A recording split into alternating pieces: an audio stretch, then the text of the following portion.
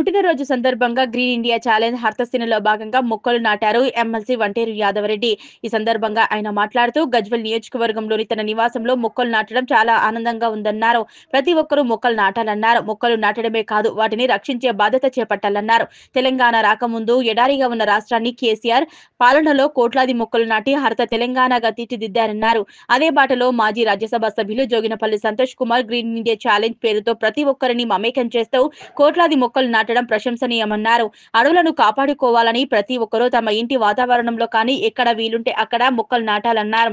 ఇంత గొప్ప కార్యక్రమాన్ని తీసుకొచ్చిన మాజీ రాజ్యసభ సభ్యులు జోగినపల్లి సంతోష్ కుమార్ కి కృతజ్ఞతలు తెలిపారు. ఈ కార్యక్రమంలో సిద్దిపేట నియోజకవర్గ ఇన్ఛార్జ్ చెప్పియాల రాజేశ్వరరావు, గజ్వేల్ నియోజకవర్గ హర్తసేన ఇన్ఛార్జ్ అనిల్ ముగిలి, గజ్వేల్ మండల ఇన్ఛార్జ్ రాచకొండ మహేష్, తాటికొండ మహిపాల్ రెడ్డి, తాటికొండ గోపాల్ రెడ్డి, పెద్దూరి యాదగిరి, వంటేరు సుధాకర్ రెడ్డి, వంటేరు మధుసూదన్ రెడ్డి, వంటేరు గోపాల్ రెడ్డి, వంటేరు మహిపాల్ రెడ్డి, కృష్ణ, రమేష్ తదితరులు పాల్గొన్నారు.